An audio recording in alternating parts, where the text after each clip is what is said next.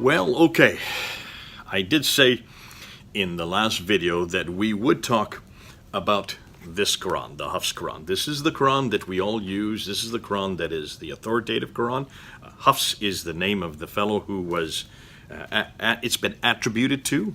We'll talk more about that. And I said that I wanted to really delve into why they chose this particular qira'at, this particular reading, this particular transmission, this rawi. Why did they choose this one? And who chose it? And for what reason? So that's what we're going to talk about today. So let's get right into it and let's go back to the PowerPoint and let's start with the PowerPoint. So, what about the Hafs Qur'an? Compiled supposedly by this man named Hafs in 796. Remember the 10 readers that we referred to in the previous videos? We have Nafi and Ibn Kathir and Abu Amr and Ibn Amir and Asim, Hamza and Al-Qasai. Those are the first 7. They're the ones in green. Those are the first ones chosen by Ibn Mujahid. And then we went to Abu Ja'far and added Yaqub and then also Khalaf. And so it made 10. 10 of them. 3 from the later period and 7 from the former period. These are the best of the best. These are the creme de la creme that Yasser Qadi refers to. Then we looked at the 20 transmitters. Remember we talked about the transmitters. These are the ones that were chosen by Ibn Mujahid, and later the other 6 were chosen by Al-Jazari, but they were the ones chosen 2 for each one of the readers. Now, we do know from the last video that there were many more than this. In fact, it is almost 100 that could have been chosen between the 8th century and the 10th century. Nonetheless, these are the official 20 that you see there in purple that have been chosen as transmitters. So, that gives us a total of 30. And from within those 30, notice the one that has been chosen for today is this guy here, Hafs, the one I've got circled in black. He is the one that I just held up. He is the one that you see here. This is the Hafs. And if you go back to the graph, take a look. He is from Asim. He is from Kufa. Hugely important. And we're going to find a little bit about him, and we're going to ask some questions. Because the question I want to ask is, was he a good choice? Was he the best of the 30? Should he have been chosen? Out of all those 30 they had to choose from, we now know it's actually hundreds. But nonetheless, these are the official 30 that are known of today. These are the official ones that the Muslims talk about today. Should they have chosen him?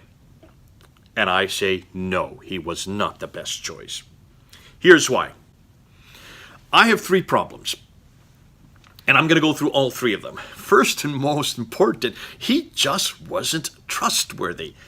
Not suitable at all to be a qira'at.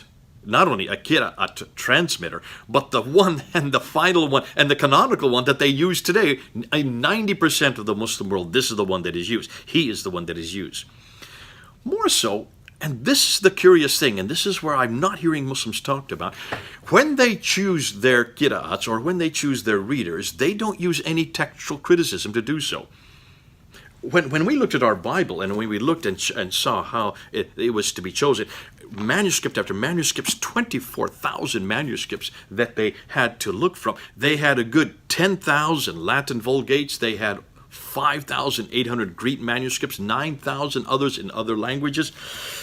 Goodness sakes, 24,000 of they could choose. What did they do? They didn't go and say, well, I like these guys because they live here, or I like these because they're popular. No, they went to look and see which had the text that could be traced back to its earliest origins. They always went back to the earliest origins. You notice that's what I've been doing in all these talks. I've always wanted to know what is from the 7th century. I want to know what is coming from that time period when Islam began, when Muhammad received these revelations. So they should have done what, well, I think anybody who's a textual critic should do, and that is go to the original text. Go to the earliest text. If you don't have the originals, go to that which is the earliest. And how do you know that? Well, find out and date them, and then see if they compare. And was this how Hafs was chosen?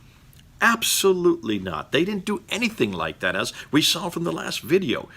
They really just chose who was the most popular, who had the most number of other transmitters that came below them? Who had the most number of people that actually used them and gave authority to them? And in some cases, where they lived. Like Warsh. He was from Egypt. And the other three were from, well, they were from Medina. But they didn't like him because they wanted someone from Egypt. So can you see, it was for the wrong reason. This has nothing to do with textual criticism. This has everything to do with popularity contest. Or trying to get as many different readers from as many different areas. And then thirdly, I would suggest that Hafs was the last person they should have chosen. Amongst the 30, he was the least capable and the least suitable to have been chosen. Let's go and see what I mean by that. So let's delve in to see who this guy Hafs was. But before that, we need to look at his reader, the guy that actually he came from, the guy whose stable or tribe or family he originated from. And his name was Asim. It was his reader. His real name is Asim ibn Abi al-Najud, and he was from Kufa. Kufa. That is just south of Baghdad, so that's Iraq. Remember that. Now, we are told that he received his Quran from Zar ibn Hubaysh. This is Asim. Received his Quran from Zar ibn Hubaysh, from Abu Abd al-Rahman, and al-Sulami, and Abu Amr al-Shaybani, who supposedly received it from Ali ibn Abi Talib, who was the fourth caliph, and also from Ibn Masud, from Kufa. Fascinating. We don't have any of this. This is just attribution. This is nothing more than they tell us that he received it from them. We don't have any Quran from Abi ibn Talib. We don't have any from Ibn Masud. These are only the traditions from the 9th and 10th century traditions attributed to these guys. The earliest Qurans we have are really these readers, Asim. He is the earliest one we have, and that's why we're talking about him. That's why we're looking at him, and that's why we're really looking at between the 8th and the 10th century. These are the ones between the 8th and 10th century. You can't get back any earlier than that. There is no Quran for us to look at from the 7th century, from the companions of the Prophet, which Ibn Masud and Ali ibn Abi Talib would be from. And then people spoke about Asim. Now we're getting to the 8th century, and let's see what the people said about Asim. Because he is the one that's all we've got. We've only got his Quran to go on. And let's see what people said about his reading, about his Quran. Well, Ibn Sa'd said this: Asim was reliable, but made many mistakes in the transmission. Ooh, okay. Abd Allah ibn Ahmed said this: Al-Amash memorized tradition more correctly than Asim. Okay. Yaqub bin Sufyan said his transmission of the tradition contained some confusion. Interesting. Ibn Ulayya said everyone named Asim was faulty in memorizing the tradition. Okay, so he doesn't like people with that name Asim. And Ibn Kharash said this: his transmission of the tradition contains some deniable things. Al-Uqayli had this to say about Asim: he had no problem with Asim except poor memorization of the tradition. And Al-Darakutni said this of Asim, that he had a faulty memory.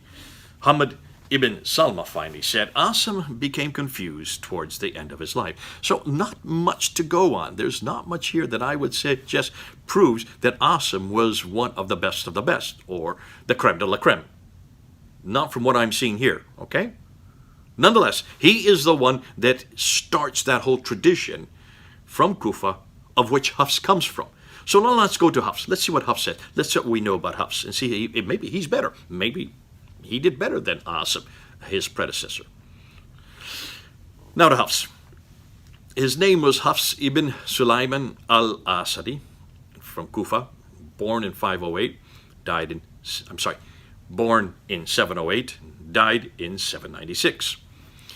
Raised by Asim in Kufa, so he was raised from the family, knew him, spent some time with him, though Asim would be about 50 years older than him. Hafs said this of himself, that he did not depart from Asim's reading except in one word in Surah Al-Rum. So really, here's the question I have. If he didn't depart from Asim in one word, then why are we using Hafs? Why don't we just go to Hafs Asim? If it's exactly the same except for one word, then why aren't we going to Asim? Well, the reason is because there were quite a big difference between Asim and Hafs. And this is what the Muslims are not doing. They're not giving us all these differences. We've got to go through and pull them out ourselves. But it's obvious that they use Hafs and not Asim for a reason, because they were different. Otherwise, we would be going to Asim, wouldn't we? We'd be using Asim all over the world and not Hafs, who obviously had some differences between the two.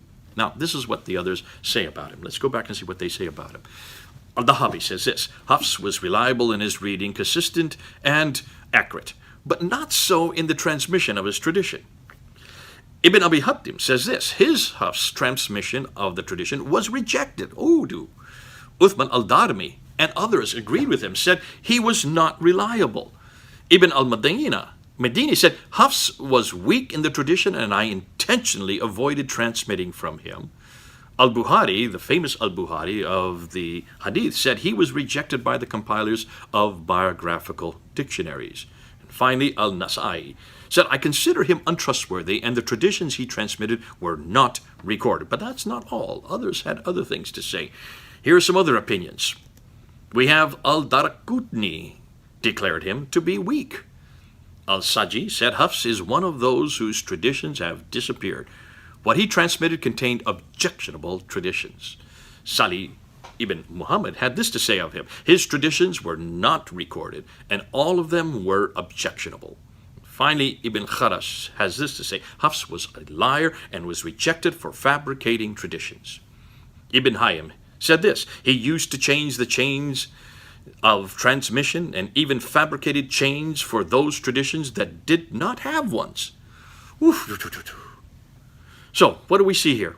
He was unreliable, he was weak, he was untrustworthy, he contained objectionable material, his material contained fabricated chains, his traditions disappeared, he was a liar. His transmissions were not recorded by others, and others avoided him. To the point that Abd al-Rahman al-Muhdil declares this: I solemnly declare that it is not permissible to transmit traditions on his Hafs authority. Folks, why in the world was then Hafs chosen as the official Quran for today, if, as we're seeing here, he is so unreliable and so untrustworthy? Well, let's go and see how he was chosen. Maybe that will give us some idea as to what's going on. So, how was he canonized? How was his text canonized as the chosen text for today all over the world? Well, we do know that in 1924, so we're talking about the last century, 96 years ago, they were having problems in the high schools there in Cairo, in the city of Cairo, just the city of Cairo. And so the educational authority came together and they decided we've got to do something about this, because whenever they had tests on the Quran, whenever they had standardized tests, they had anything but standardized responses or answers. They were getting all kinds of answers, all kinds of references as people were reciting and writing down what they knew of this verse and that verse. They were getting about 30 different answers for every question. So they had to do something. And so they went to Al-Azhar University and they went to Muhammad ibn Ali al-Husayni al-Haddad, who was one of the scholars there at Al-Azhar University in 1924, and they asked him if he would choose from amongst the 31, just one, that they could use to then use for their standardized tests, and he chose Hafs. He chose Hafs. Doesn't really say why he chose it, but we pretty well know the reason why today, because that was the qira'at that the Ottoman Empire used. And remember, the Ottoman Empire was very much still in power, and they were just actually, they lost their power in that year, 1924. So that was the one they used. It was the Ottoman Empire that liked that one, and they were the ones that had been using it in all of their official business. And so that it made stand reason that he wanted to choose his one. So that was chosen. So what did they do with the other 29? Well, they took and gathered up all the other 29 qira'at that disagreed with Hafs. They took it out, and they took it out into a boat, and they threw it into the Nile and let it sink into the river, the Nile, thinking that they had solved the problem. As we well know today, they did not solve the problem at all, because we now know that you can get them all over the world. In fact, Hatun is able to get all of them, including 7 others on top of that. So you can see, you can buy them. In fact, you can go up online and you can buy them yourself. I just finished ordering 7 of them from Jordan. They're going to come to me. And so that's why they're easily available even today. Almost 100 years later, 96 years later, you can still get them. It didn't help for them to throw them into the Nile. Now, here is a picture of Hatun's. Take a look. She's got 37. That's 7 more than the official Qur'an. So you can get them in, go into bookstores in Arab lands. Here you can see Bernie Powers from Australia. He was with me 2 weeks ago. He showed this picture of his 23 Qira'at Qur'ans. So you can see they're readily available. There should be no problem getting them. When you look at these different Qira'at, this is a graph that Hatun did a number of years ago. There you can see the 5 cities of Mecca, Medina, Basra, Kufa, and Syria in the different colors. And on the right are all the different transmitters. And there's 20 of them there. And when you look at those numbers in those little brown clouds, those are the differences that you can see from each one of the transmitters with Hafs, the one I've circled there in black. Not just a few, not just a few tens, not just a few hundred, some cases thousands of differences. The team of Hafs Qur'an there in London, her team has already found 93,263 differences. 93,263 differences that she has already found. So you can see this is not inconsequential. To say that it doesn't matter, that they all say the same thing, have any of the people who are saying this, has Shabir Ali or Yasser Qadi, who keep claiming this, that there's no difference in doctrine, there's no difference in meaning, there's no difference in practice, there's no difference in belief, have they looked at all those 93,000? Has anybody looked at those 93,000 to make a judgment like that? Were they even aware of the 93,000? I don't know of anybody. I've never seen a Muslim who's done any work on it. I've never seen of anybody who's published any work on these variants. We're the first one to go public with it. Hatun is the first one to actually even come up with a number.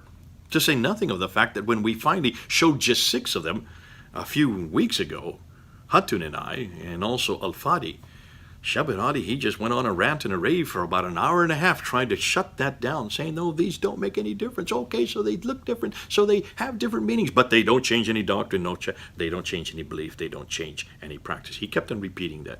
For those who were watching it could see that he was lying. Of course they do change it. You can see they do change the meaning.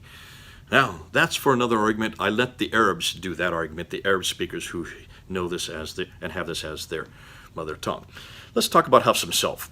Hafs, we know, doesn't just have one Quran, because Hatun has been able to come up with 7 different Hafs Qur'ans. So which of these 7 is the one that he actually wrote? Now, we do know which one has been chosen, but what about the other 6? Which is the one that actually comes from his manuscript from 796? I'd like to know. That we're not told yet, and that has yet to be looked at. We do know that, however, in 1936, then, about 12 years later, that Hafs Qur'an was then chosen as the official Qur'an for all the schools in all of Egypt so that they could standardize their tests. That was in 1936. It was called the Farouk edition because it was named after King Farouk, who took power in that year. And then, in 1985, 35 years ago, the government of Saudi Arabia realized how efficient the Egyptian model was, and they decided to make the Hafs standard for all Qur'ans for the whole world, including where we are right now, including where you are, those of you who are watching this. This was known as the Fahd edition because it was named after King Fahd, who was in power from 1982. So that we're talking about just 35 years ago that this Quran here has finally been made the official text. This is the official one that is used all over the world today. Wait a minute. Hold on a minute. They chose the Hafs one? Let's go back. Let's back up. Remember this? I put this up a number of weeks ago. That's Sahih al-Bukhari, volume 6, hadith number 510. Remember that? Remember I put that up there? That's where you find out the story of how the Quran was put together. That comes from the late 9th century, about 870, when al-Bukhari was writing in volume 6, hadith number 510, how the Quran was actually compiled. Remember what he said? There you can see it. It's all there in Arabic on the right, and on the left is the English translation. Let me summarize it. Let me remind you. Remember what I said back then, and I'll remind you right now. there was a battle up in Azerbaijan around 652. So Uthman was in power, he was in Medina, and many of his soldiers had gone up to fight against the Azerbaijanis. Along with them came some other Muslims from Syria and also from Iraq, from Kufa and Basra, those cities. They came up and they were all fighting together, and they would then go to the mosque to pray. And in the mosque, these Meccans and these Medinans, these people from the Hijaz, the central part of Arabia, heard the Quran being recited in other ways, and they were quite upset, and they actually came to blows. Hudayfa then, who was up there in Azerbaijan, comes back to Medina, and he says to Uthman, we've got to do something. We've got to make sure that we get one unique Quran, so that we don't, like the Jews and Christians, have many Qurans like they have many Bibles, he was saying. So he insists that Uthman write one Qurayshi Quran and send it to every province. Take this, get it into one Qurayshi, one dialect, the Qurayshi dialect, and send it to Mecca, Medina, Basra, Kufa, and also up to Damascus. Okay, so you have those 5 cities, and with them are readers to go with each one of them to make sure that they keep it in the Qurayshi dialect, to make sure that no other dialect would come upon it and impinge upon it or corrupt it, right? So that was done in 652. And then Uthman took all the other ones. How many of them? We don't know. We just know that he took all the other ones from Kufa and from Basra and also from Damascus, and he burned them. He burned anything that disagreed with the Qurayshi dialect. So he took all the ones from the north and all the ones from the east, all right? From the north and the east. That's over here, north and the east. Took them and he burned them, destroyed them. And then he made sure that there was only this one dialect, this one, the same one that was in heaven, the same one that had been revealed to Muhammad, and the same one that he had now standardized for the whole world in 652. So let's now look back at those 30 qira'ats that we noticed before. There's the 10 ones. Remember the 10 ones that we have there. How many amongst these 10 would have used the Qurayshi dialect? Well, let's look at them. Nafi from Medina, they used the Qurayshi dialect. Ibn Kathir al-Makki, he was from Mecca, so he would have used the Qurayshi dialect. And Abu Jafar, also from the city of Medina. So there you have 3 of them. So only 3 out of the 10 readers were Qurayshi. Only 3 were Qurayshi. The other 7 were all from the places that had been burned. They were all from the cities like Basra and Damascus and Kufa, the 3 cities where Uthman had their manuscripts destroyed. And yet they are the majority of the 10, which are the best of the best. The creme de la creme, according to Yasser Qadi. Has anybody looked at this before? Did anybody pick this up? Am I the first to pick this up? I have never heard anybody talk about this before. Now, what about those who came after? What about the transmitters? There they are, the 20 transmitters.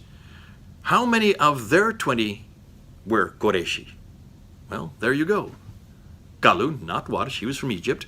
Al-Bazi, Gunbul, Isa ibn Wardan, and Ibn Jumaz. That's it. Of the 20, 5 of them were Qurayshi. Are you following? That means 15 of them were not Qurayshi. And 5 out of 20, which means of the 30 official qira'at, only 8 use the Qurayshi dialect. Only 8, and those are the ones that I have in yellow. There you can see, I've highlighted them so you can see them. That's it, folks.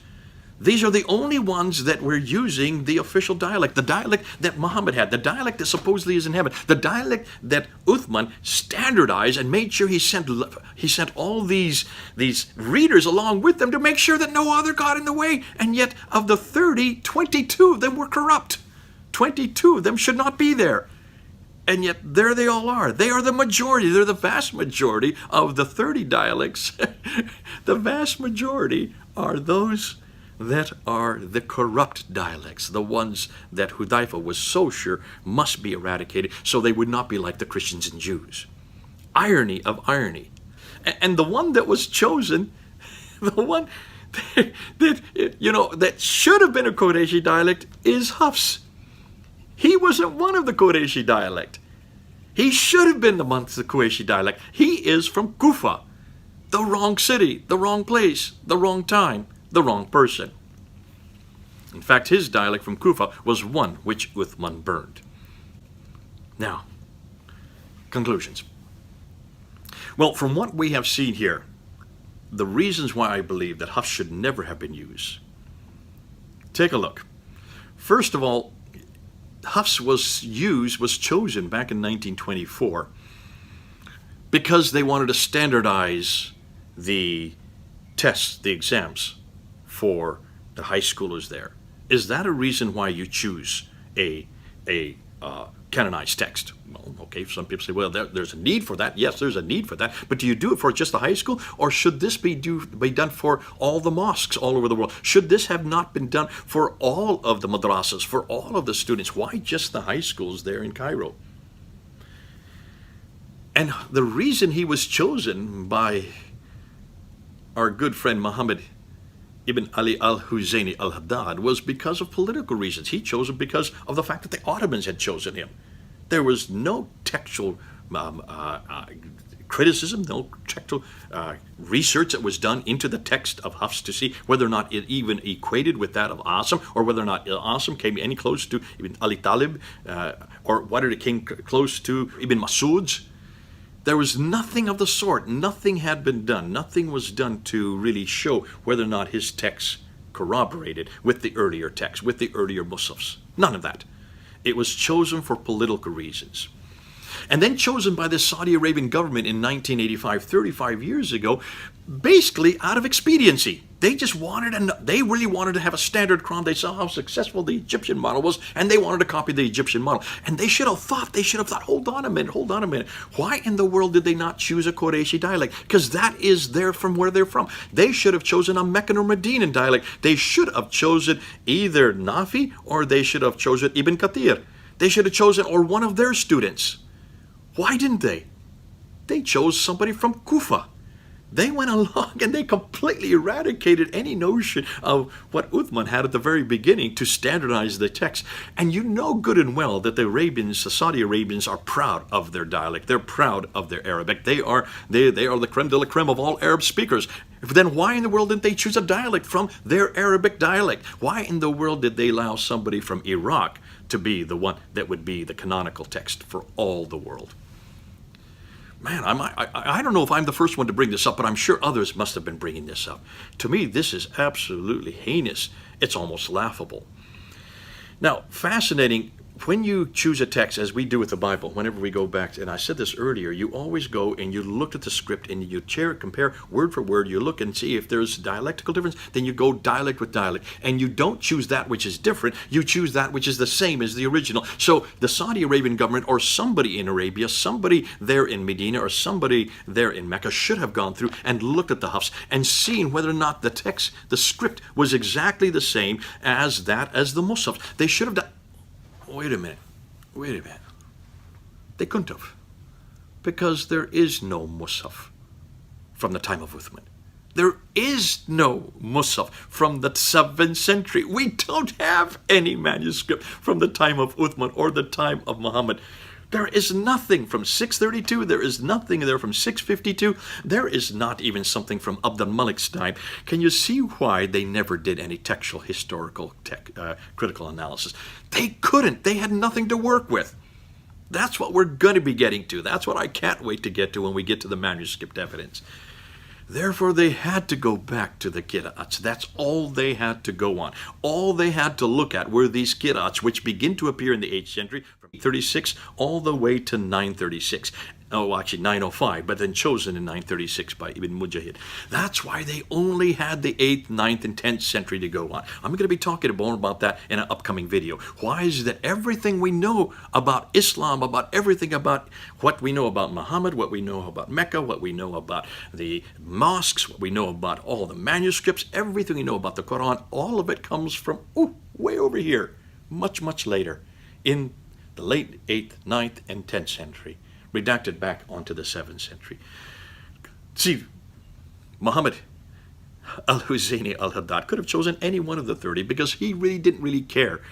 He didn't really want to know what was the original text, because he knew that if he even asked that question, he would create all kinds of maelstrom. There would be an enormous backlash against him, because if he were to say, what's the original text that Uthman had? What's the original manuscript that I can go to see whether Hafs is the best of the best? He would have been told very quickly, you cannot, you dare not. That's the line you don't go beyond, the Yasar Qadi was talking about. You don't ask that question. There are certain questions you just don't ask about the Quran. We have a respect for the Quran, Yasar Qadi says. Well, that's one of the big holes that Yasar Qadi was referring to.